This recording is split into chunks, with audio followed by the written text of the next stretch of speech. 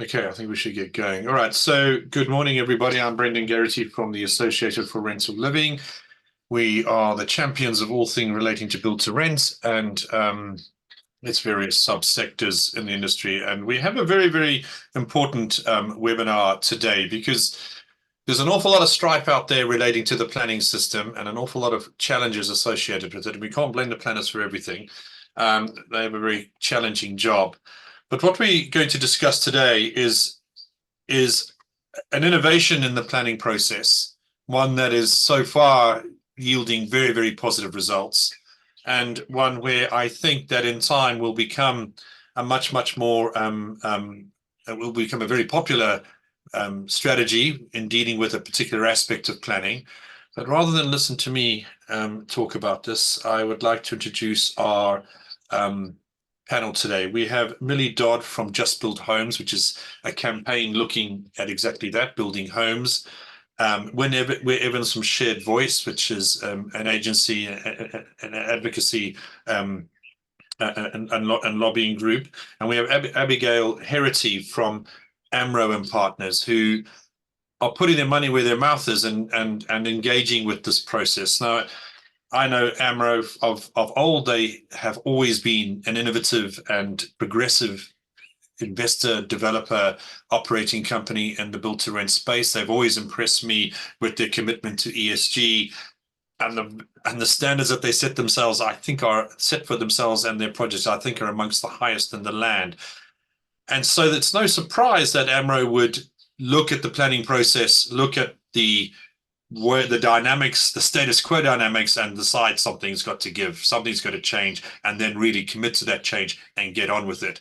So without further ado, I'd like, Abby, could you talk us through where you are and why you've made this change to work with Millie and Wynne in your approach to the planning process?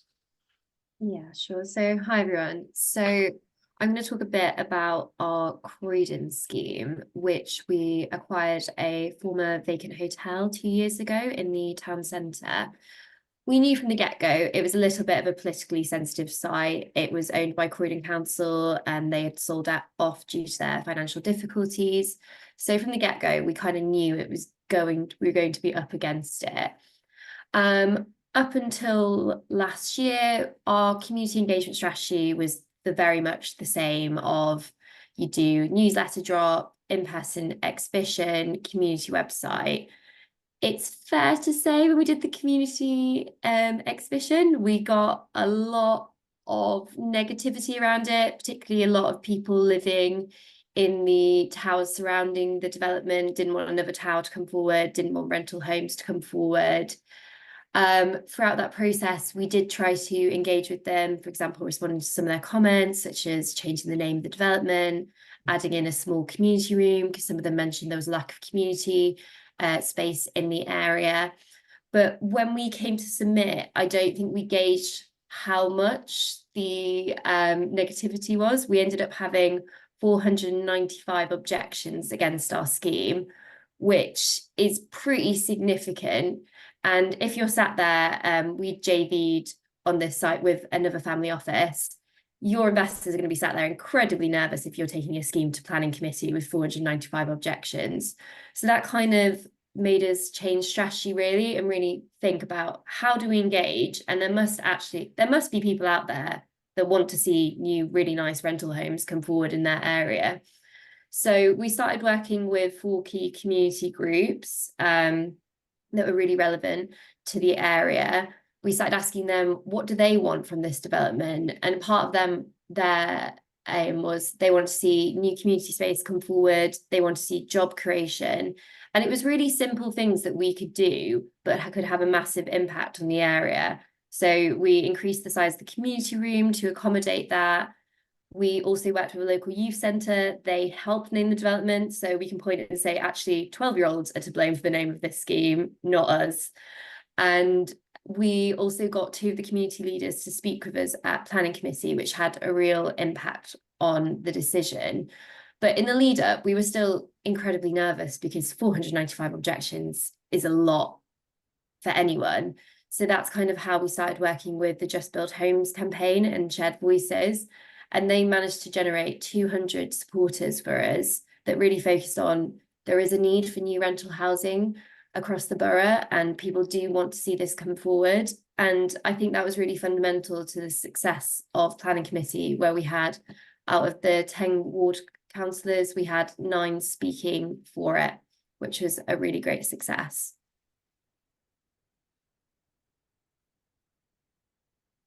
This is an amazing turnaround. How did you do it? Well, I think in terms of turning it around, the main one was really just trying to engage with the right people in the local community, because not everyone dislikes new homes. And also, I think it's just explaining, actually, these are the benefits of it. It's not talking about how tall the building is. It's going, do you need some more community space? Because developers at the end of the day, I think, have a massive reach on helping that. And then I think Millie and Wynne probably can come in on this, but the work of how Just Build Homes generate those voices as well to support the scheme. Yeah, do you want me to give a bit of background about Just Build Homes and how that works? Yeah, so Just Build Homes was set up to connect supporters of house building with the planning process, because traditionally this has been dominated by people who do not want new homes to go ahead. I'm 27, I'm still living at home with my parents, and before I worked with Just Build Homes, I had no idea how to get involved in the planning process or what the merit of getting involved would be. So Just Build Homes is set up to make this really simple and easy to get involved. The planning portals are often full of jargon, difficult to access, and have barriers at points of entry. So what we've done is create messaging that's really simple, that we know resonates with people who stand the most to gain from new homes going ahead. So instead of talking about density and architecture and how tall buildings are, we talk about what the average age of a first-time buyer is in that area, how much rents have risen in that area, and the solution ultimately is to build more homes. So what we do is we talk to people where they are. So usually this is social media, because we know that people who are directly affected by the housing crisis are often younger. And we are able to reach them by talking to them on social media rather than relying on exhibitions and newsletters. So we go out with messaging that we know works. We make it really simple for them to get involved, and we talk to them about their direct experiences of the housing crisis. And this is then submitted as a letter of support from this individual. They talk about things like how long they've been on a waiting list for housing, experience, just really personal stories, and it really humanises the housing crisis. We've worked on over 80 projects now. Croydon obviously was a great one, which was approved recently. And within that scheme, we had 75% of our 200 supporters were non-homeowners. And also over 45% of them were actually looking to rent or buy, which I think is particularly important. A lot of the people who do support new housing are looking to rent or buy. And we have a huge database now of people, over 10,000, who we know support the building of new homes. And I think part of the success of Just Build Homes is that we are not the developer. We are just a third-party group who have one aim: to get more homes of all types built. And yeah, that's how we've worked with AMRO.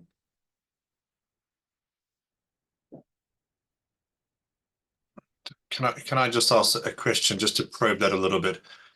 It seems to me that what you have done, and very effectively, is that you've been much more intelligent about who you targeted in terms of your messaging. So it seems to me that when you have, so it's sort of that shine. So you're much more targeted, and you use technology and social media, and you sort of made it easy to respond, which sort of, the counterpoint to that is that the public engagement that we go through in a planning application, and I've been through many, is really a stagnant process that attacks the grumpy rather than the relevant. And that's, if planning is part of that democratic process, it's got to make sure that it gets to the right audience. So one of the additional critiques that we could make of the planning system is the way that it actually does its stakeholder engagement. But can you just go a little bit further on how you do the work on identifying the demographic or identifying the people in need, and how you then corral them into a response? Because it sounds easy, but I'm sure there's a lot of work in that. Yeah, so this has been going on for about 3 years. We have our kind of social media ad campaigns that allow you to build an audience of people who are relevant and kind of agree with the things that you're putting out. So we have a national ad campaign running at all times, and when we work in a new area, we replicate this to the local planning authority that the project's in. So we're able to use algorithms to find people that we know are likely to be supportive of house building. We've worked on 80 projects now. We know the general demographic and we know who to target from research and data. Before Just Build Homes was set up in the mainframe, they did lots of focus groups to measure the messaging that works and really refine the audience that we know would be supportive. In terms of social media as well, we've found that you can talk about the scheme and post ads about the scheme, you'll get a few supporters, but ultimately it's shared on the wrong Facebook page and you end up generating more objection than you have support. What we know works is using this messaging that resonates with the audience about rent levels and the age of first-time buyers, and getting them to join the Just Build Homes community in the kind of first instance. So from there, we know that we've got an audience of people who are supportive of house building, and they're kind of a warm audience. And from then, that's when we can introduce the scheme, because we know that they're likely to be supportive. If I could just come in on that, Brendan. So we set up, Just Build Homes was a sort of purpose-built YIMBY brand set up by Shared Voice. And we started out asking the question, why is it that opinion polls show a majority of people support house building in their area? However, when you go through a planning process, the only people you hear from are objectors. And what we found is there is support amongst all demographics, but the support is much higher amongst younger people, amongst renters, amongst those on lower incomes, amongst those in cities. So first of all, that gives us a sort of target audience. We know that if we are targeting younger people who are rent, we are more likely to find people who are going to be supportive of housing. The second thing that we realized was that the entire messaging that the industry has sort of fallen into over the last 30 years is all about appeasing objectors. So it's like, you say it's too high, we'll reduce the height. You're concerned about traffic, so we'll either create more parking spaces or less parking spaces. And none of these issues are going to motivate people who are supporters to get involved. But if you start talking about, would you like to find a place to rent round here? Would you like to stay in this area? Would you like to get on the housing ladder? Interestingly, amongst older demographics, even those that tell us they are opposed to new house building, those same people will also tell us they're really worried about where their kids are going to live, and they would love it if their kids could stay in their area.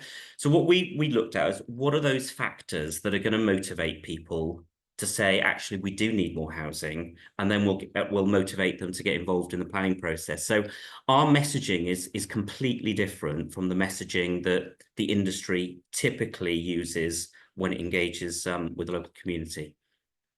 I'm probably just coming in on that as well, just how the system is set up. It's naturally set up to object, not to support, because effectively you'll do an in-person exhibition. That's normally on a Wednesday afternoon. So it's people probably that aren't working that are likely to attend, or one maybe on a Saturday. But if you've got, I don't know, kids, you've got full-time jobs, you're probably not going to come down and see it. So again, you're only getting people that maybe are more likely to be retired, they'll have an interest in it. And then once you do actually get someone go, oh, it'd be really great if you could maybe write a letter of support, they've then got to log onto the planning portal, find your planning reference. They're faced with 250 documents, they're all split up. So it's really hard to actually understand what the scheme is. And then when you do go to click on write a comment, it normally comes up saying, do you want to object? And these are the reasons for objecting. It doesn't talk about, oh, you want to write a nice letter of support. So I think the way that Just Build Homes works really well is it's finding those people that want to support, but also making it really simple for them to get their voices heard. So it seems to me that there's a pervasive kind of culture of negativity towards development, rather than a presumption in favor of development, even if the planning policy supports it. There's a communications culture which is about a presumption against development, which is a curious thing for us to have to wrestle with. And what we're sort of unbundling here is the extreme negativity of the status quo in terms of both its structure and the allowed responses. I mean, I think the planning portal is a bit of a beast in the sense of, I mean, it functions, but it's not an easy to use element. And I suppose investors can help themselves by creating a more public-facing document that they could submit. But this talks to a wider picture that I'd just like to touch on. I mean, which is the ESG proposition. In my experience as an architect, obviously not doing that right now, but the investment case and the construction case and the technical case is made fairly exclusively. The social value case is not particularly well articulated. And so therefore, there's a massive skewing in the data that's provided to those issues. But if we look at ESG coming forward now, and the reporting that has to be done at fund level, at least, but also all the layers down from that, the social value piece, the positive culture of development really needs to start to be captured and recorded and then presented back. I mean, from an investor developer perspective, Abigail, how has this keyed into your ESG strategies? Yeah, completely. I think it's very much changing. I think there is a slight fundamental issue with social value. It's really hard to measure it. There's no set metric, because also the impact you'll have in terms of engaging with the local community. It could be that you've done a talk on architecture, and then you hope in 10 years' time that child then goes off and works for an architect practice. That's really hard to measure that impact. But I would say investors particularly are getting more keen on it, and it is something we're talking about a lot. And they really want to see, what does this scheme, and especially with rental, build to rent co-living, you are a long-term investor if you're staying on and operating. So you can see those benefits pulling through. So investors are quite keen to see what are those benefits. Just something interesting that I've noticed. So I think the status quo with community engagement as a developer used to be a bit, stay quiet, do your exhibition, hope no one turns up, then get your application submitted, and then just stay as quiet as possible through the planning process. But I think it's changing a lot now. You're seeing a lot younger leaders coming forward, younger politicians, and they're going, actually, no, it isn't good enough just to do a public exhibition. You need to demonstrate, how are you actually engaging with the wider audience? How are you getting those younger supporters as well? Can I just come in there and just talk about sort of social value and I suppose community benefits? One of the very first things that we did before we set up Just Build Homes was we took the sort of traditional narrative that a developer has, and we broke them down into component parts and tested those component parts on social media. And we got one of two responses. Either we got no engagement at all, literally nobody was liking it or commenting on it or sharing it, or we did get lots of engagement, but all of that engagement was negative. And that included comments, subject areas such as community benefits. We're going to build a new GP surgery or a new school. We got loads of negativity. And it was only when we got people around a focus group and we realized what the problem was, that people were saying, well, you're developers, you always say this, but it never happens. You're just a bunch of liars. And that whole concept of trust is a real challenge, really. It was one of the reasons we set up Just Build Homes as a separate brand, because we wanted to be on the side of those people we thought we could mobilize to support. And it's a real challenge for, I think, developers to engage.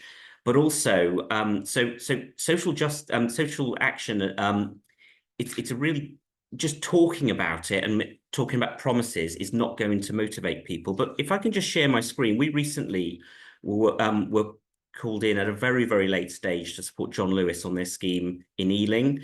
And that was obviously just appealed recently, but we were only brought in really in the last sort of month or so. But if I can find something which I think is really interesting, if you if I can share this screen. So this is the Borough of Ealing. We helped John Lewis identify about 200 supporters, and you can see the site is located here. And this is a ward breakdown showing. I hope we're seeing the right screen. It's showing the ward breakdown in Ealing, but and you can see the areas where we generated more support.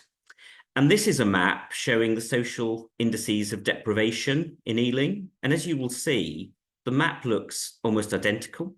And effectively, what we've managed to do is engage renters both in the private sector and also in the social rented sector. But also 17% of those people that registered support for the John Lewis scheme were people who couldn't even rent. They were the people either staying at home with their parents or sofa surfing with friends.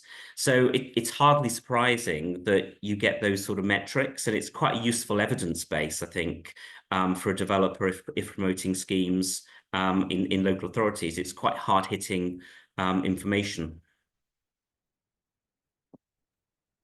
Do you think that local authorities are, I mean, they're under-resourced and all the rest of it. I don't want to give them too much of a hard time, but these things are two-way streets. It's on the one hand, developers will come in with a proposition and they'll have to resource that through the planning process, but they need to be met with an equal level of either data or intelligence, if you like, in terms of how policy and proposition are matched. And that is often, that's the tension point between all of these things.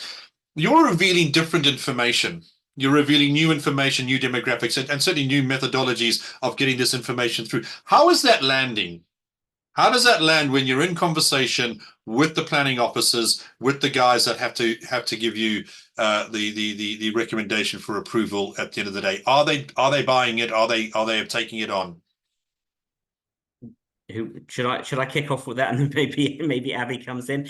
Well, it varies from authority to authority, and we are getting now CEOs of councils, we're getting leaders of councils, we're getting councillors coming to us saying this is fantastic because we want to support development, but our problem generally is that normally when applications come forward, the only people that make a noise are objectors. And that puts us in a very difficult position. So we are finding councils that are seeing our work as a real help to them because they want to be pro-development. But we're also getting other councils where, so for example, there was a scheme that was actually approved in Bristol recently that we worked on, another co-living just built sort of build to rent scheme.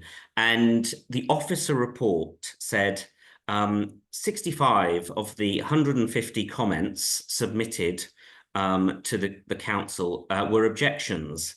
They didn't mention the fact that 75 were supportive. They didn't even mention that. They just said the number.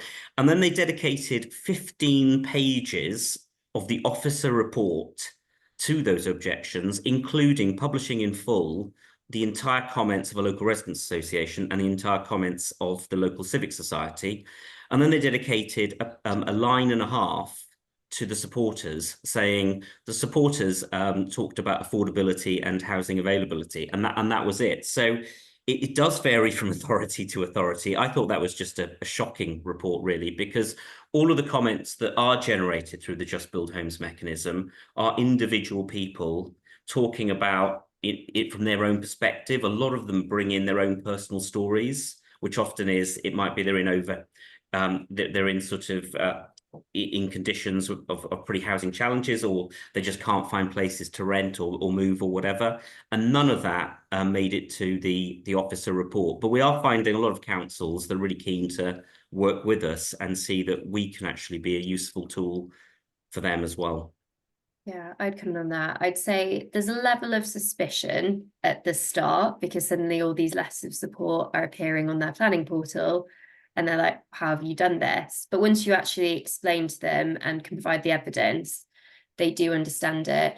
I had a look through our Croydon committee report this morning, actually, and yeah, a little bit frustrating. So there were 700 comments, 500 of those objections, 200 letters of support. It only talks about the objections. It doesn't mention anything that was said about the letters of support.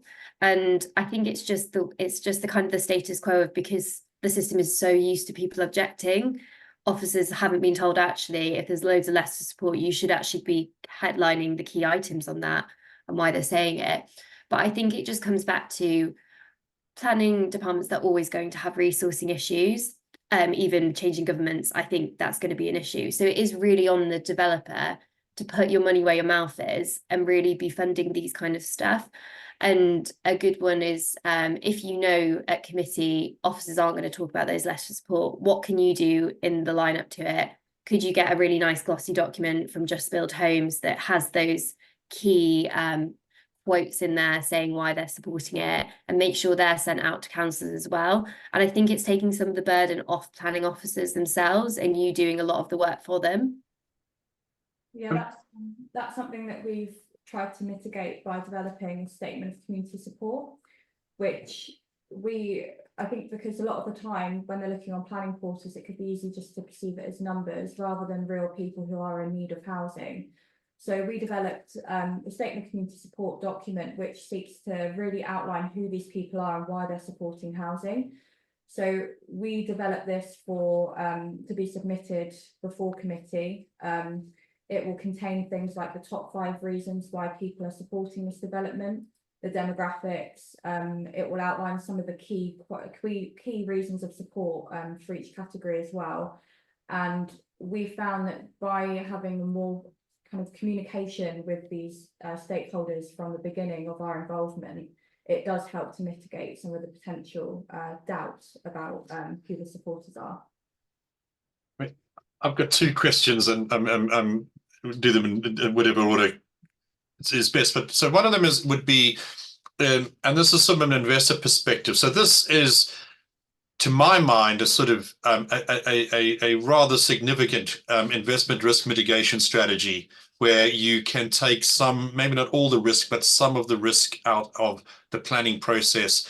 It might cost a little bit more in some respects, but as you've said, Abigail, it's worth it, because the likelihood of a positive outcome is greater, and as this YIMBY movement develops, that will progress even further. So I wouldn't mind your comments on that from a really an investment perspective, how you are viewing this now with the success that you've had, and then perhaps Millie, if you could describe, how do we get the best out of you? You know, do we call you in when there's a crisis and everybody's drowning and you dive in like a lifeguard on the side of the pool, or is there an easier way? So perhaps Abigail, if you start with that, and we can then go to the next question. Yeah, sure. So from the success of with Just Build Homes in Croydon, it's completely changed how we engage going forward. We just exchanged a new site in Lewisham.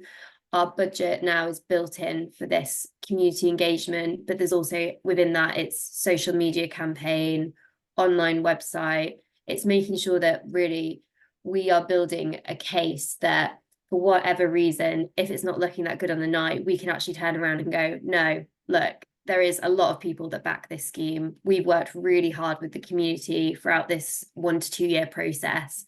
And we can clearly demonstrate that people do want this to come forward and there is a need. And I think in terms of, it's a real no-brainer. Spend this amount of money now, and it's just going to give you more comfort when you're going into planning committee. Because I personally, last year, would not have wanted to go to that planning committee with just 495 objections and nothing else. You've just got to get one ward councillor to get a bit nervous and go, oh, well, 500 of my residents don't support this. Why should I be supporting it? So just take away those risks. Yeah, historically, we were called in at the last minute to kind of firefight when there was a lot of objections, but recently, over the last year, we've completely changed our offer, which probably leads on more for Wynne to talk about shared voice, but our whole positioning is to kind of communicate using the supporters from really early on in the project and demonstrate that there's support all the way through, and with a big focus on evidence base as well, to show that there is a real need for housing in the local planning authority. And that's something that we did with AMRO with Sutton as well, which might be best for Wynne to expand on. Yes. So the work we did with AMRO on Sutton, which is another project, which is pre-app, it actually changed our entire model, because what generally happens with the traditional consultation model is that, you know, you put out a leaflet to 5,000 people. So let's say 2 people per household, that's 10,000. You get 100 through the door. Everyone's anti.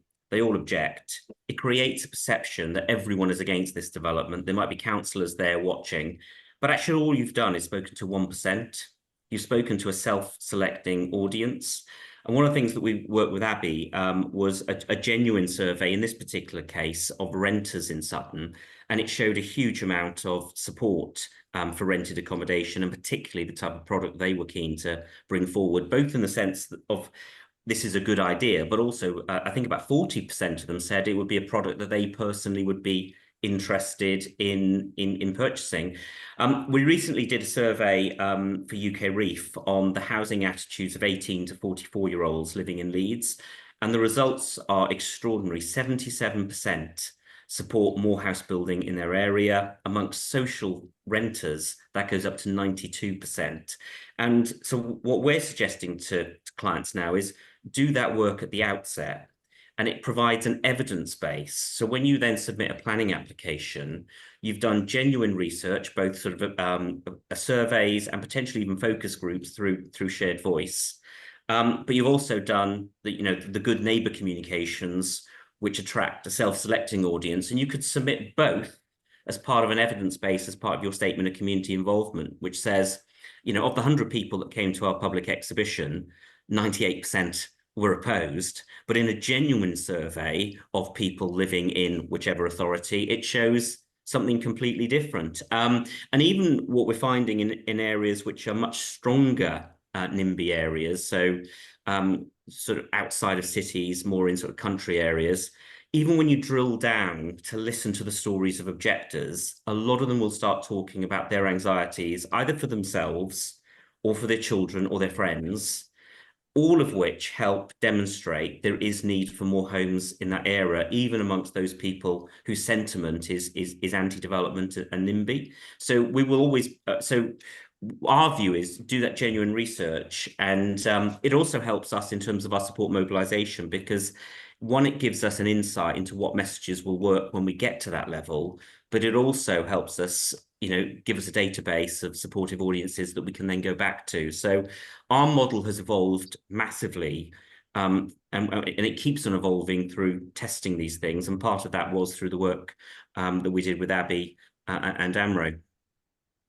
So it seems then that, you know, you've really sort of exposed the acute limits of the current process, you know what I mean? Put an exhibition up, do a little bit of consultation, but not really present it back in a meaningful way. I mean, I've done this, I'm embarrassed to say, I've been part of that status quo for on many occasions. It's always a frustrating process, because you know you're just, you know it's going to be a negative dynamic however it transpires, and then that evidence is going to be used against you.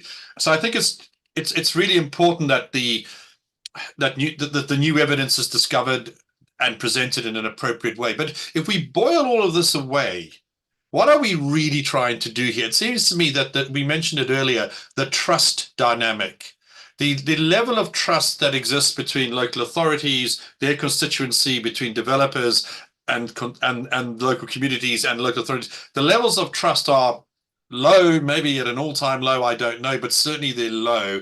And building that, you know, the reasons for that, let's not go into, but building trust, creating trust seems to be the sort of the glue that is in and amongst all of this. Is that fair? Abby, what's your view of that?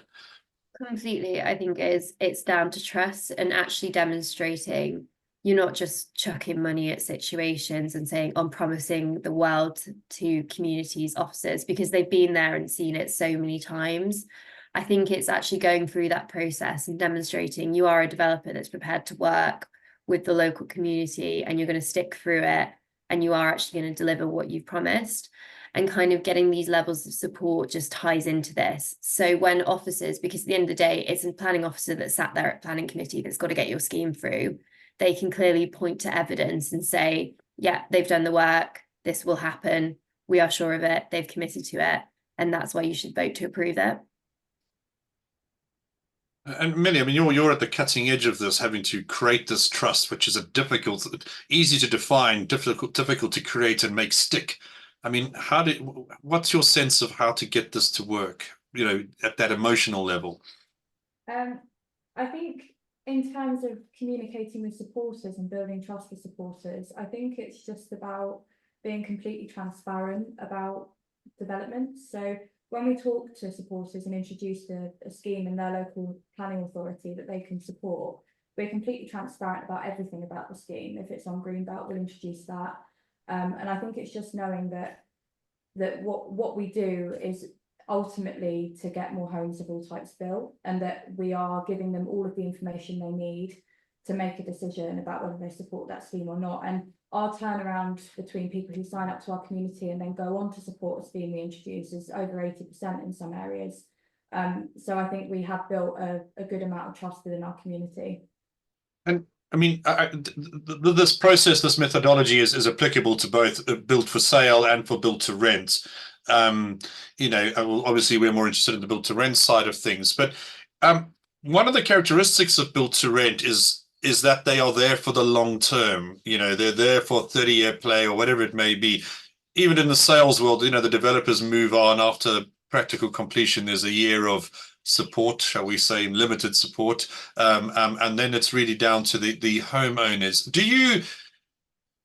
Is there a value in that long-term commitment that build to rent brings against the sales world, or is the sales culture so entrenched that they get a free ride on that long-term commitment? I mean, what does the long-term commitment to the development by the developer bring to this equation? Does it have, is it recognized? Does it have value? Or is it just, yeah, well, once you're done and you move on? What's your sense of this?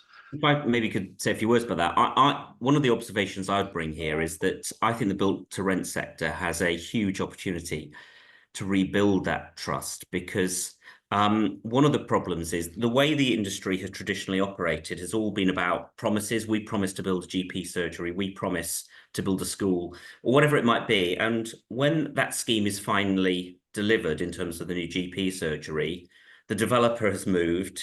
The photograph is all of councillors saying, aren't we wonderful, and taking credit for everything. And actually, developers would be much better off not talking about this is what we promised to do, but celebrating what we are delivering. And because the build to rent sector are operating, you know, units for the long term, they should be there celebrating. So when things are opening, if it's a new sort of community space within their development, they will be at the heart of that and celebrating it and making sure that they get some credit. One of the thoughts I had recently is the developers would be much better off in their PR, just whenever they do, as part of a Section 106 agreement or whatever, provide a GP surgery, making sure there is a massive brick or which says this was funded and paid for by Barratt Homes from the development of X, because for the next 100 years all those people who are using that GP surgery will be saying that's down to Barratt's. And I think for the build to rent sector, given that you are running these as operation, it's not just something where you come in and disappear.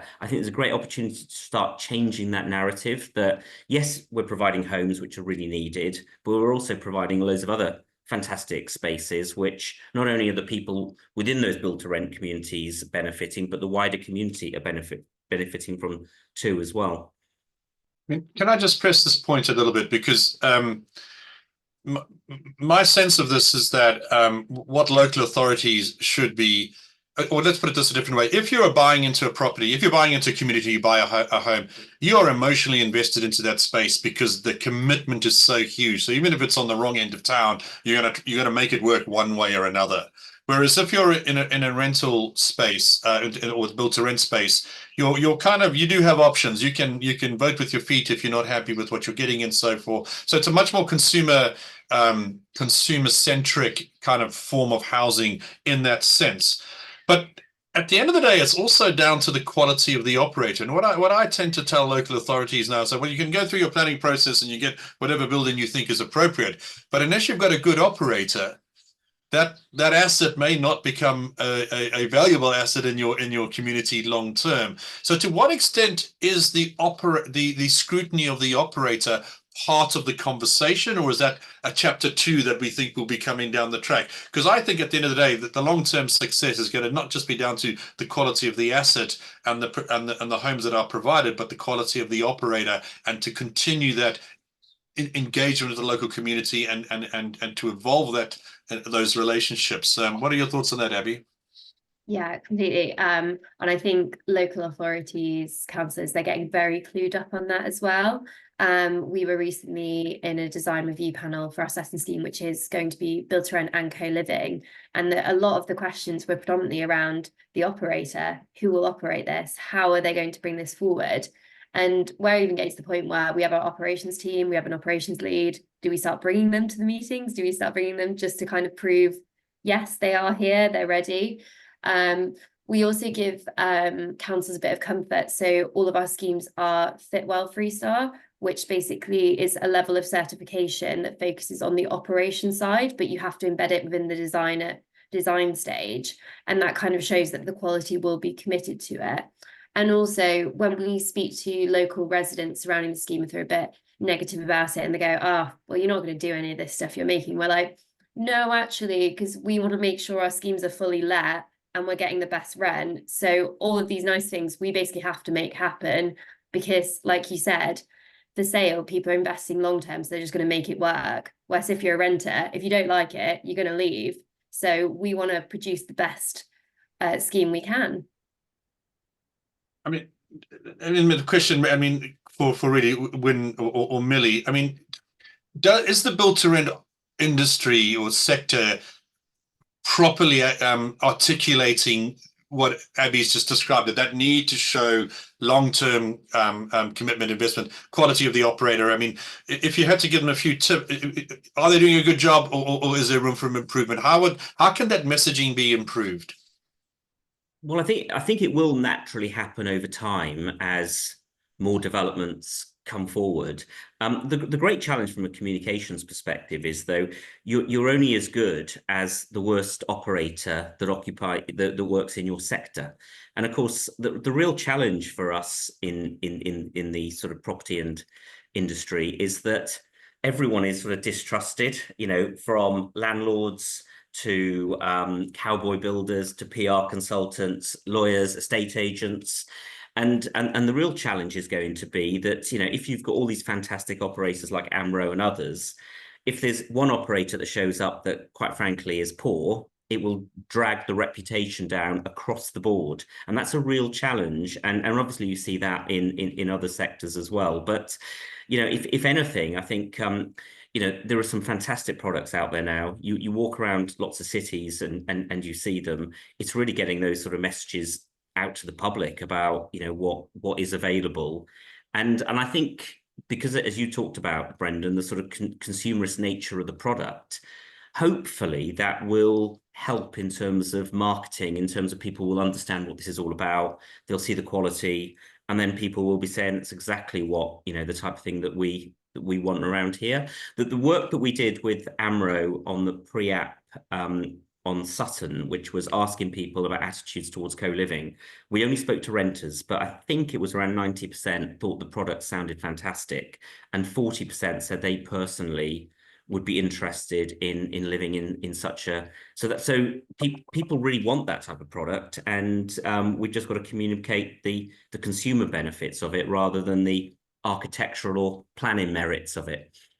Can I just press you on that? Because I think that one of the things about the build to rent sector, and I would say this, wouldn't I? It is bringing innovation to the housing sector just generally, and bringing new product. Now, I know from my own bitter experience how challenging that can be. But build to rent, you know, co-living is a new product. It's essentially studios.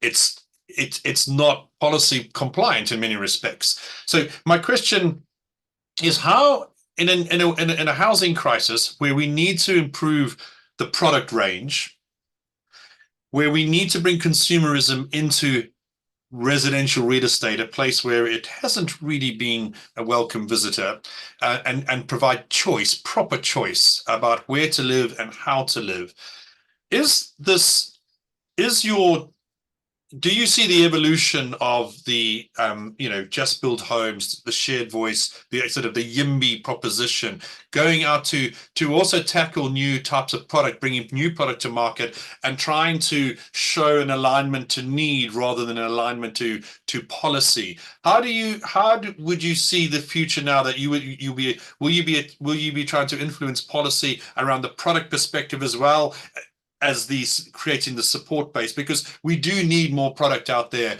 What we have is improving, but there's new product that still needs to come. What's your sense of that? Well, we are having conversations, one on a sort of geographical basis where you've got a collective of developers operating in a particular area who are saying, can you help us make the case for housing in such an area?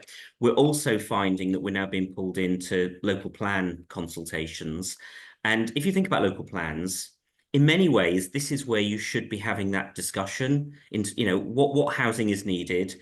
But generally, local plans are just captured by arguments about strategic sites. The whole debate is about which strategic sites are allocated, when in reality, what they should be about is, how is our world going to change over the next 10 years, and how do we accommodate the changing needs, of our community? And part of that must surely be that the housing wishes, desires, and aspirations of the people that live there.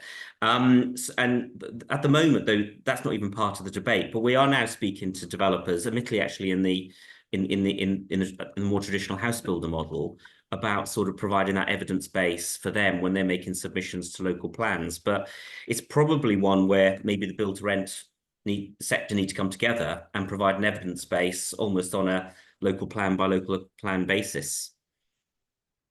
I mean, I completely agree with you. The key point there is providing the evidence, and with that evidence, which is, stands up to scrutiny, then change, and that trust that we've spoken about can start to be restored. I mean, we come into the end of the session now. There's no questions on the chat or the Q&A just yet. If anybody does have questions, please put them on there. But at the end of the day, and Abby, I'm going to come to you on this one. Development is an expensive business. It's full of risk. We know all of these things. To what you've had success now with just built homes and shared voice in terms of changing the narrative, changing just the whole engagement with the planning process, and that will continue. But going forward, how do you see the future now? What changes are you starting to anticipate from an investment perspective that will help to mitigate risk or reduce costs, or just to make the process a little bit easier? In your mind, where should Millie and Win be taking this? Where are the spaces we still need to go? I mean, I think Just Build Homes is very much still a new concept. It's getting out there, but it's more, I think John Lewis, I kind of introduced you guys through speaking about it, and then the success we had in it. But I think there is a recognition by investors and developers now about social engagement, particularly about community level. But I think there needs to be more, and I think over the coming years we're just going to see that more and more, and particularly local councils are getting a bit more clever on it as well. So I think they'll be requesting more of this type of engagement as well. I mean, the value add comes at planning. The major first value add comes at planning. So getting planning, and we know this is a risky old business, but when you've got it, you've got something, and you can get going. It is, I suppose, a fairly nascent sort of methodology or strategy, and it does turn the tables on the status quo, which is always a good thing. Disruption is always a good thing. How do we? I suppose, in a sense, it's all well and good that we work with investors who perhaps have the resources to fund some of these initiatives and get this going. But how do we get local authorities more on board? Is it just the report? Hey, read this. Isn't this great? It shows you that we're doing the right thing. there's always a two-way street with these things. What should we, people like the Association for Rental Living, how do we advocate on behalf of the industry rather than on behalf of projects to get a better understanding of these new dynamics within local authorities, within planning systems? Wyn, what would you say about that? I think it's a really good question. We do recommend engaging with councils and officers before we start our processes, and generally that's probably worked better. So, for example, one of the projects we're working on at the moment is in Ballymore on the Ladbroke Grove scheme, and we agreed basically the geographical target area because the site's on a boundary between a number of local authority areas, and we had a very good relationship with them. But I think you raise a much bigger point and better point in many ways, which is how do we bring local authorities into this debate? And certainly the conversations I'm having both with senior officers at UK Reef and also senior councillors, they also want to see homes built. A lot of them are actually pro-development, and they sit and basically what they want is they want developers to help them make it as easy as possible. Of course, you will find some local authorities who just say no to everything, and I'm not sure what you can do in those, but most councils actually want to see housing provided, and they want to work with the industry to try to make that as sort of smooth as possible, and maybe that we need to sort of create a roundtable discussions with some of the leaders in local councils, both at a political and officer level, bring some of the investors in the BTR sector together with some of the leading operators and say, how do we work together? How can we make everyone's life easier? Because at the end of the day, we need to provide more homes in this country. Whichever party wins the next government, we're going to be aiming to build 1.5 million homes. That's a huge number, and unless we actually make this system better, every council will always be having massive battles at the moment. So it's in everyone's interest that we try to sort that out. I think it's as well like a recognition from them as well that if you can provide this evidence, hopefully you'll have more chance of success at planning committee. But then also for them, they don't want to spend money taking it to appeal if they know that you're going to win, because it's just resourcing and costs that they don't want to pay for. So I think anything that the developer can do to make the officer's life easier, we should be doing. I mean, it seems to me we need to move from crisis management into managed management or managed process. And, that's the single sort of, there's lots of takeaways, but that's a really important one. If we wait till the crisis has hit and we've got 500 objections, it's probably way too late. I mean, you guys are brilliant and have done well to rescue some of those situations, but it's the earlier the engagement, the better. There's a question that says... Sorry, Brendan, just on that point, I think it's a really good one. When we set up Just Build Homes, our primary interest was what we thought was a numbers game. So we thought, well, if there's 100 objections here, if we can find 100 supporters, it's much easier for councillors to say, well, we know there's people against this, but we also know there's people for it. So let's put those to one side and let's focus on the merits of the scheme. But over the last 6-7 months, we've been talking to KCs, and what they've been telling us actually is the work that we're doing, which is of far more interest to them, is not the numbers game, but it's the quality, because these are individuals making the case that they might be priced out of an area if homes don't come forward. And for them, they see that as a real opportunity to enhance the more technical evidence at a housing needs case, where they've got people's stories which demonstrate that what the housing needs economics arguments are genuine, because here are individual case studies. And we hadn't really thought about it in that sense until we got into those discussions with those sort of barristers and stuff. So, the work that we're doing, even if it isn't successful at committee, is strengthening the case at appeal as well. I mean, the data, it seems to me, listening to you, and it's really good to see this widening debate, and that not needs to get wider still, but the data is really, really important because it can be pushed in various directions. But it's still the trust thing. That's this basic blocker, because all the local authority guys I speak to, they all want to do it, but they have their own due diligence, and they need to be able to demonstrate that a sound decision has been made. And the human condition being what it is that we need to allow them to have that protection, if you like, to give them the ammo they need to protect themselves. There is a question which is coming from James Partiger, which I'd like to put to the group. So if I just read it out, we've seen from the current general election campaign that politicians don't see electoral value from renters, only homeowners and social housing. How could we better persuade them to take the needs of millions of UK renters seriously? How do we legitimize renting? Who wants to go first? I think it is just, it's more data, more evidence, and it is those personal stories. I mean, I'm a renter myself. I live in London. I'm probably going to be another renter for another 5 years looking at it. So it's that kind of realization, the new generation that are coming up, their main priority probably isn't to buy a home. It's actually to live in good quality rental accommodation. And it's kind of getting that, and it's getting those real people stories. And yeah, it does feel quite frustrating at times when, yeah, you see the manifestos and it's all focused on home ownerships, whilst for a lot of younger people coming forward now, that isn't their priority. The demographics are changing. You know, I think 35% now of households, I think, are in the rented sector.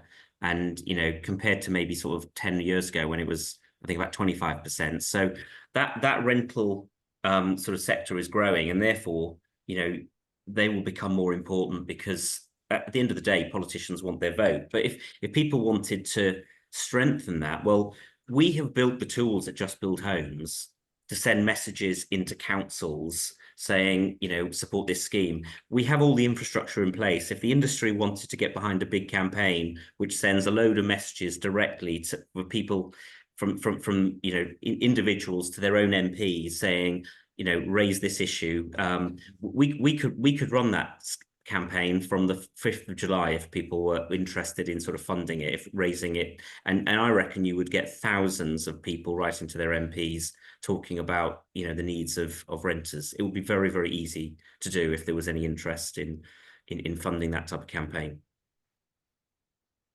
Millie, anything to add to that before we start to wrap things up?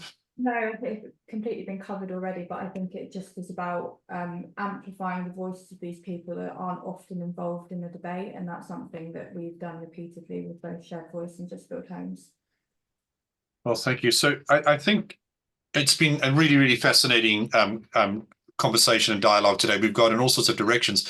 Most importantly, it's left me with a huge amount of hope that there is a way through some of the kind of rigid aspects of the status quo, that there is another way, and the more we use this other way and provide the data and build the trust that's required, the more likely it is that we will be able to build the homes that are so desperately needed here in the UK. So the ARL is always about actions, not words. I will take on an action point to have that round table, and we'll touch base on that a little bit later. I think I would encourage our membership to really think hard about how they're approaching the planning dynamics, the planning process, and look at all the options. But it seems the earlier we get that community engagement on board, but the right aspects of that, the right parts of that community, the people who do absolutely need those homes, and make it easy for them and make it easy for the planning officers, the more successful we will be. So I'd like to thank Wyn from Shared Voice, from Millie from Just Build Homes, and Abby Herity from Amro and Partners. Amro continue to show leadership, and Just Build Homes and Shared Voice continue to show innovation. Thank you all very, very much for your contribution today, and thank you all to all those who attended. We will be having another webinar. It will be publicized on the website and on our social media. But thank you all. Thank you.